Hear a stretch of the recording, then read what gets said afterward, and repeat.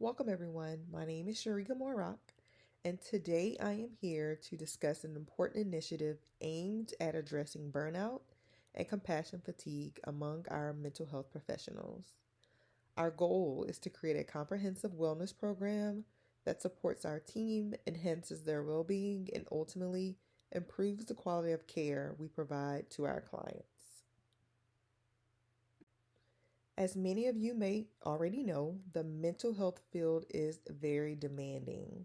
Our therapists, social workers, psychiatric nurses, and peer support specialists consistently face high caseloads, emotional strain, and exposure to client trauma. This leads to burnout, compassion fatigue, high turnover, and ultimately diminished quality of care. We're seeing it reflected in high turnover rates and low staff morale. The need for a wellness program is clear for several reasons. First, when our mental health professionals are healthy and supported, they provide better care to our clients. Their well being directly affects client satisfaction and outcomes. Second, we are facing high turnover rates, which are costly for our organization. Replacing an employee can cost us a lot, up to 200% of their salary when considering hiring and training. By investing in a wellness program, we can help retain our staff and save money. Third, a focus on wellness leads to higher job satisfaction and engagement. When team members feel valued and supported, they are more committed to their work and collaborate better with each other. This creates a positive work environment that benefits everyone. Additionally, many organizations that have implemented wellness programs see significant benefits. These include lower absences, reduced healthcare costs, and greater resilience among employees. Mindfulness and stress reduction activities can help prevent burnout. Lastly, we have a responsibility to care for our staff. As mental health professionals, we know the importance of self care. By promoting this wellness program, we show our commitment to mental health for both our clients and our team. This wellness program is a vital investment in our people. By prioritizing their well being, we can enhance client care, reduce turnover costs, and create a healthier workplace. Together, we can build a stronger organization for everyone. Let's take a moment to examine the demographics of our staff and the current conditions we face. Our team is diverse, comprising professionals from various backgrounds, ages, and specialties, all dedicated to providing exceptional mental health care. This diversity is one of our greatest strengths as it allows us to reach and understand a wide range of client needs. However, despite this diversity, we are united by a common challenge: the increasing pressures of our work environment. The pie chart here illustrates the demographic breakdown of our staff, showing a mix of early career professionals and seasoned veterans. While this diversity enriches our organization, it also highlights the varying levels of experience and support needed across different stages of one's career. The accompanying bar graph demonstrates age distribution within our team. It's important to recognize that younger professionals may have different needs and expectations compared to those with decades of experience. This variability underscores the necessity for tailored support systems that address the unique challenges faced by each group. Currently, we are grappling with the issue that affect all members of our team. High turnover rates are a significant concern, with many employees citing burnout as their primary reason for leaving. This not only depletes our organization of valuable experience, but also places additional stress on remaining staff members who must absorb increased workloads and responsibilities. Low morale is palpable within our organization. Feedback from recent employee surveys indicates that many staff members feel overwhelmed, unsupported, and disengaged. This sentiment is alarming as it directly correlates with our ability to provide high quality care to our clients. As we assess these current conditions, it becomes evident that we must act quickly and decisively. We need to create a supportive environment that acknowledges the diverse needs of our staff while fostering resilience and well being. By doing so, we can protect the health of our team and in turn enhance the quality of care we deliver to those we serve. Now, let's take a closer look at the pressing issue of burnout and compassion fatigue within our organization. As you are aware, the mental health field is incredibly demanding. Our dedicated team of therapists, social workers, psychiatric nurses, and peer support specialists is continually exposed to high caseload, intense emotional labor, and the profound challenges of client trauma. Burnout manifests as physical, emotional, and mental exhaustion, often leading to a sense of being overwhelmed and disengaged. Compassion fatigue, on the other hand, is the emotional strain that arises from empathizing with clients' suffering, which can lead to a reduced capacity to care. Together, these conditions create a toxic cycle that not only affects individual well being but also impacts our entire organizational culture. Currently, we are witnessing alarming trends. Turnover rates are significantly higher than industry averages, and staff morale is at an all time low. In fact, studies indicate that up to 60% of mental health professionals report experiencing burnout at some point in their careers. This turnover disrupts continuity of care for our clients and adds an additional burden to remaining staff who must cover increased workloads. Low morale translates into decreased productivity, increased absences, and a decline in the quality of care we provide to our clients. Our ability to serve those in need is directly tied to the health and well being of our team members.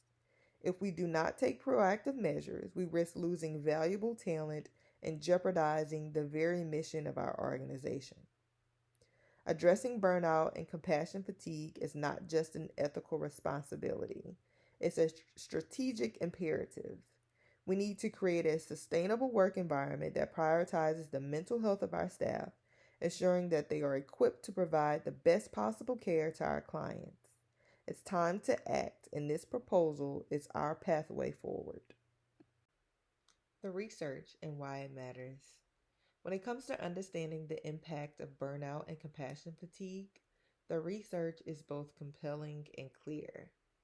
Numerous studies have highlighted the critical need for wellness initiatives in the mental health field. For instance, one study by Rollins and others found that about 60% of mental health professionals experience significant burnout at some point in their careers. This alarming statistic underscores the urgency of addressing this issue head on. Burnout not only affects the individual but also compromises the quality of care provided to clients. Moreover, a recent study by Carls and others identified organizational support as a key factor in preventing burnout. Their research emphasizes the importance of a supportive work environment, access to mental health resources, and opportunities for professional development. Organizations that prioritize these factors see lower rates of burnout and increased job satisfaction among employees. Additionally, Hansel and others conducted research that demonstrated a direct link between employee well-being and client outcomes. Their findings indicate that when mental health professionals are supported and engaged, clients benefit from better therapeutic outcomes.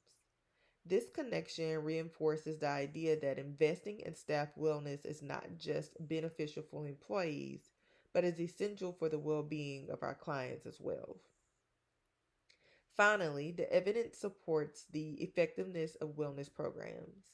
Studies have shown that structured wellness initiatives lead to reduced absences, low health care costs, and increased employee resilience.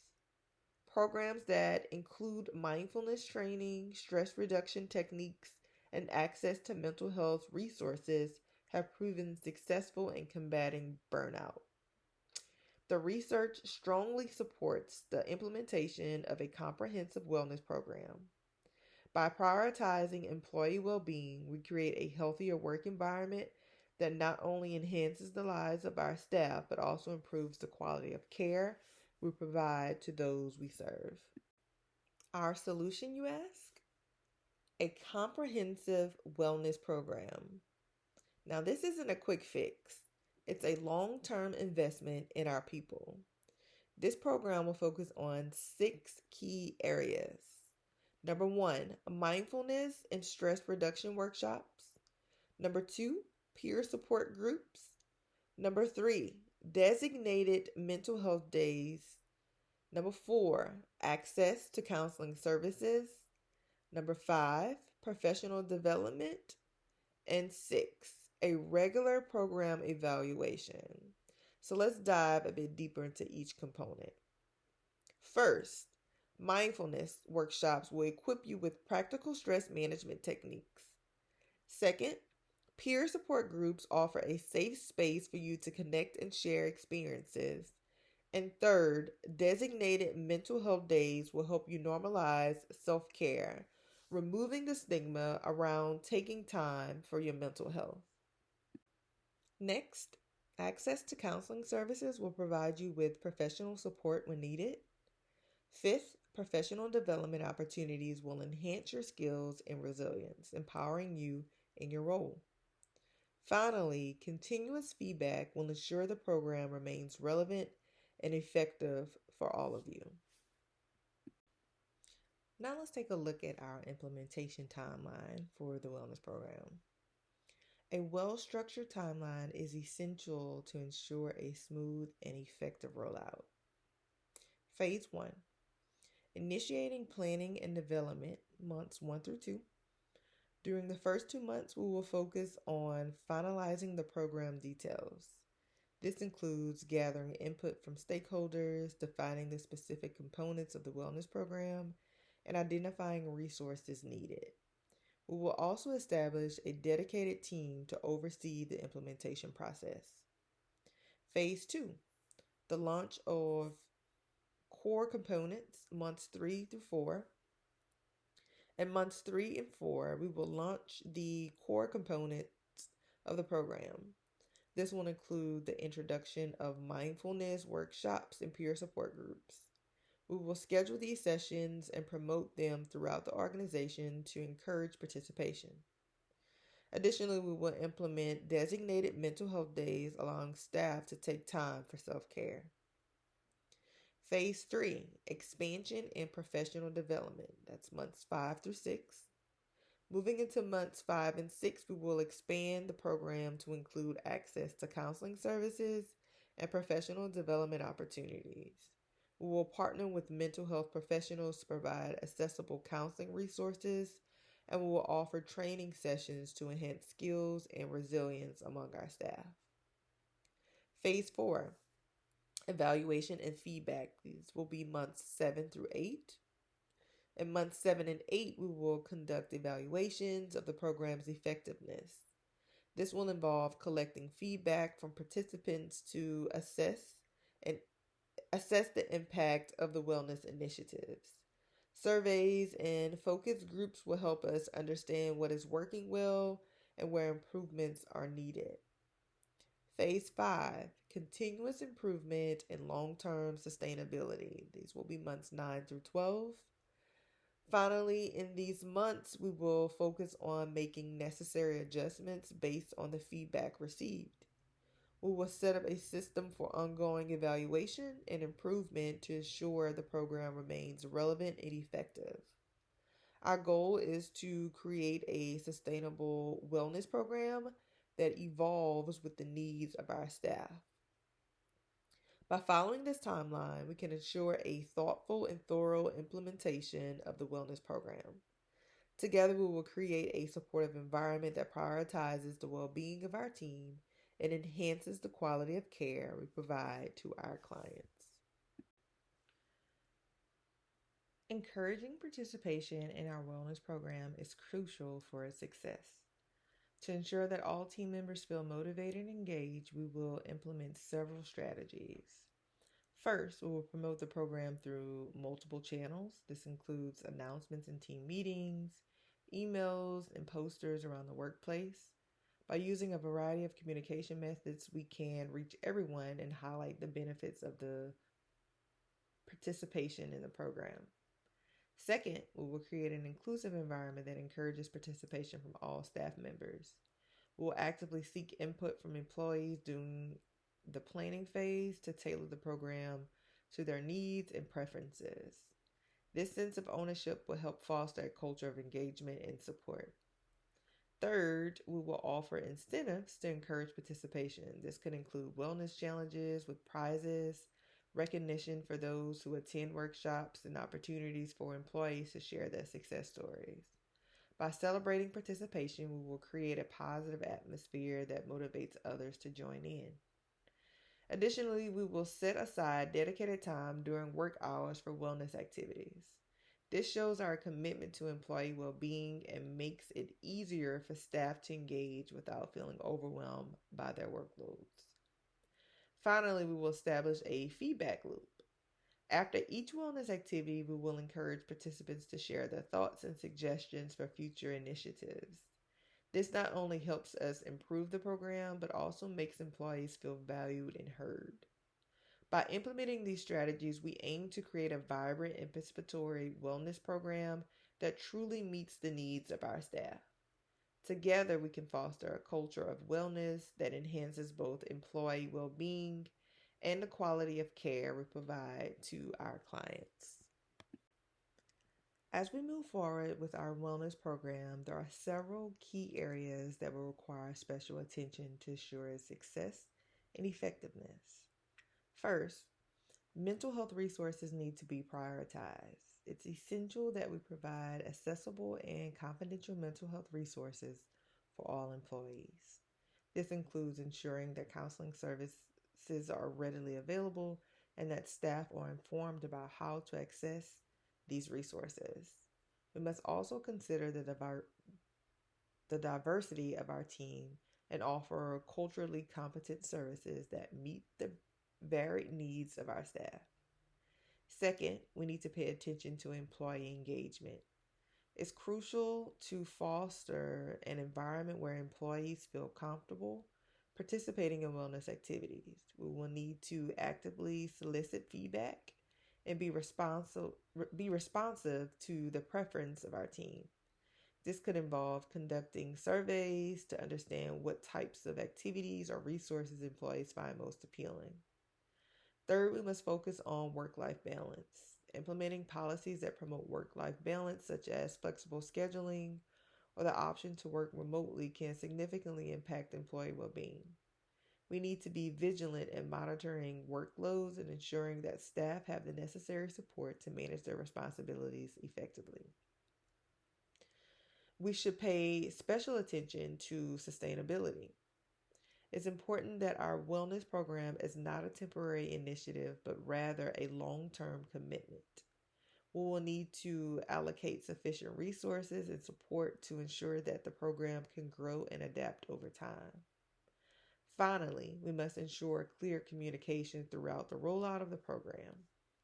Regular updates and transparent communication about what the program entails, how to participate, and the benefits it offers will be vital. Keeping everyone informed will help build trust and encourage engagement. By addressing these areas with special attention, we can create a robust wellness program that genuinely supports our employees and fosters a healthier workplace. Ultimately, our goal is to enhance employee well being and improve the quality of care we provide to our clients.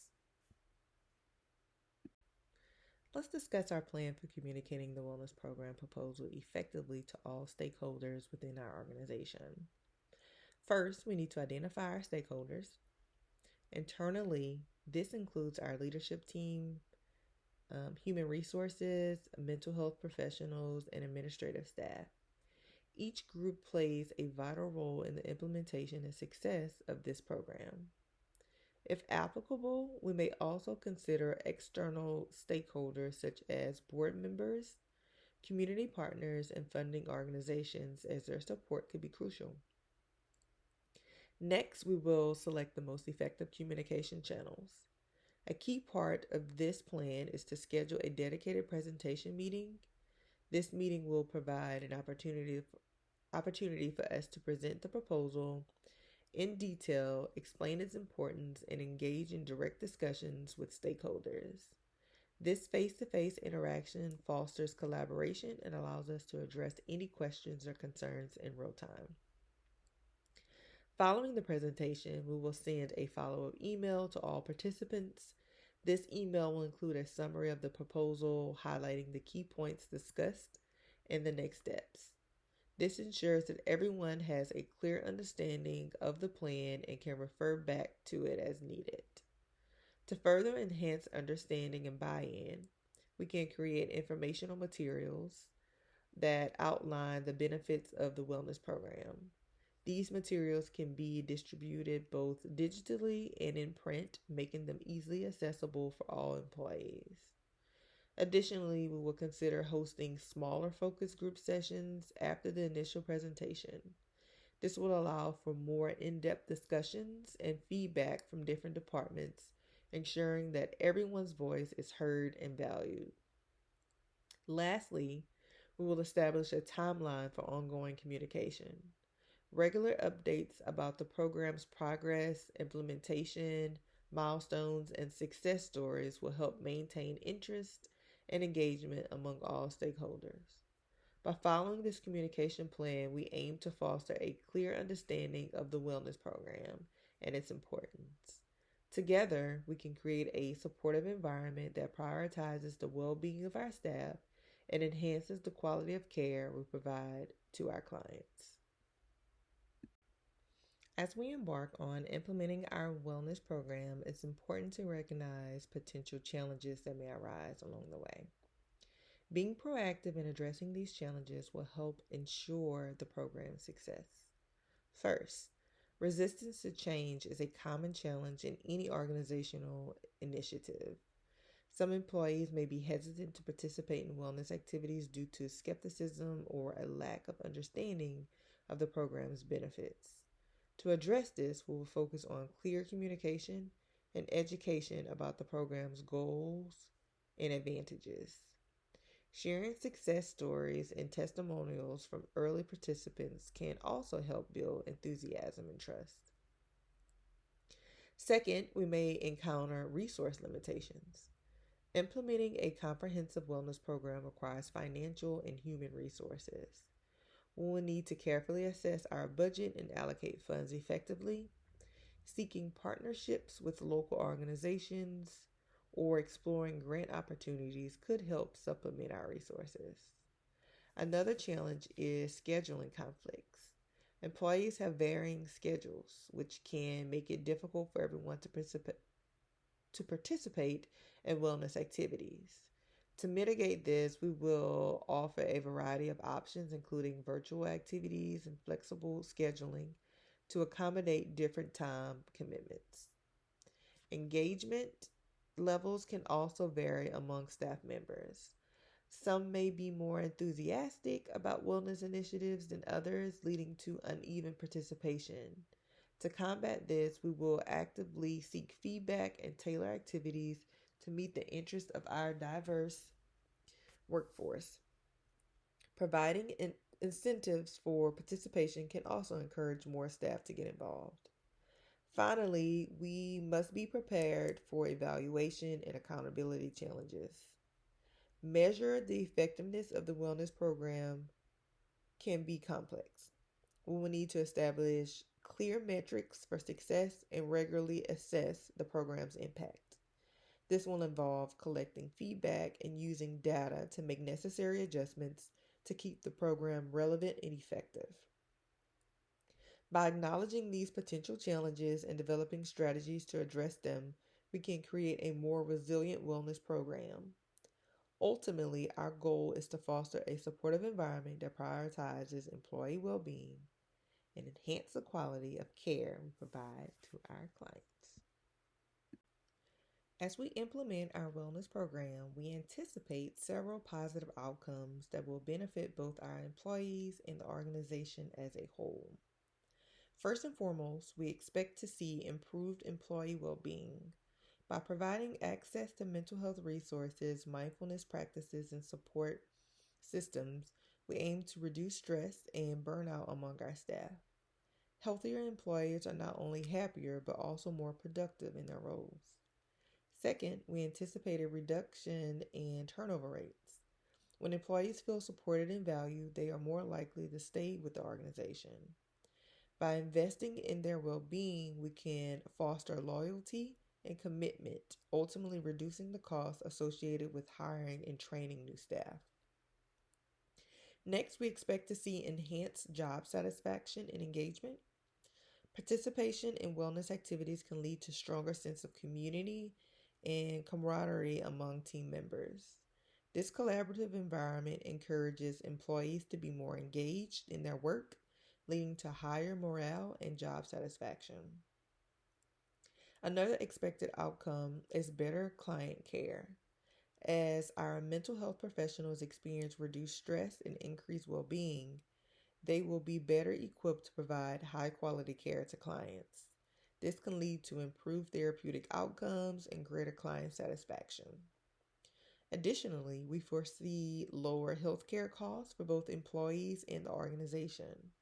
By promoting preventative care and healthy behaviors, we can reduce the incidence of stress related illnesses and complications. This will benefit not only our employees, but also the organization's overall healthcare expenses. Finally, we aim to create a culture of wellness within the organization. Establishing wellness as a priority will set a positive tone for the workplace, encouraging ongoing conversations about mental health and self care. This cultural shift can lead to lasting changes in how we approach employee well being. The expected outcomes of our wellness program are significant. By prioritizing the health and well being of our staff, we can create a supportive environment that enhances employee satisfaction, reduces turnover, improves client care, and fosters a lasting culture of wellness within our organization. Indicators of success. To measure the effectiveness of our wellness program, we will use clear indicators of success. First, we'll track the participation rates in wellness activities. High attendance at workshops and counseling sessions will show that employees value these initiatives. Next, we'll gather employee feedback through surveys. Understanding participants' experiences will help us identify what works well and what needs improvement. We'll also monitor changes in employee well-being by assessing stress levels, job satisfaction, and mental health before and after the program. This data will allow us to measure progress. Additionally, we will look at turnover rates and retention metrics. A decrease in turnover and higher retention will indicate increased job satisfaction and loyalty due to the program. We'll evaluate the impact on client care by measuring client satisfaction and any changes in therapeutic outcomes, as healthier staff often leads to better client experiences. Finally, we will analyze healthcare cost trends. Monitoring healthcare expenses and absences will help us see if the program reduces stress-related claims and overall costs. These indicators will provide valuable insights into our wellness program's effectiveness. Regular evaluation will allow us to make informed adjustments to support our staff's well-being and the quality of care we provide. Our proposed wellness program brings several important benefits. 1. Improved employee well-being. By providing resources for mental health and stress management, employees will feel healthier and more supported. 2. Reduce burnout. Wellness activities will help prevent burnout, allowing staff to stay engaged and productive in their roles. 3. Higher job satisfaction. A focus on employee wellness will create a more positive work environment, leading to greater job satisfaction. 4.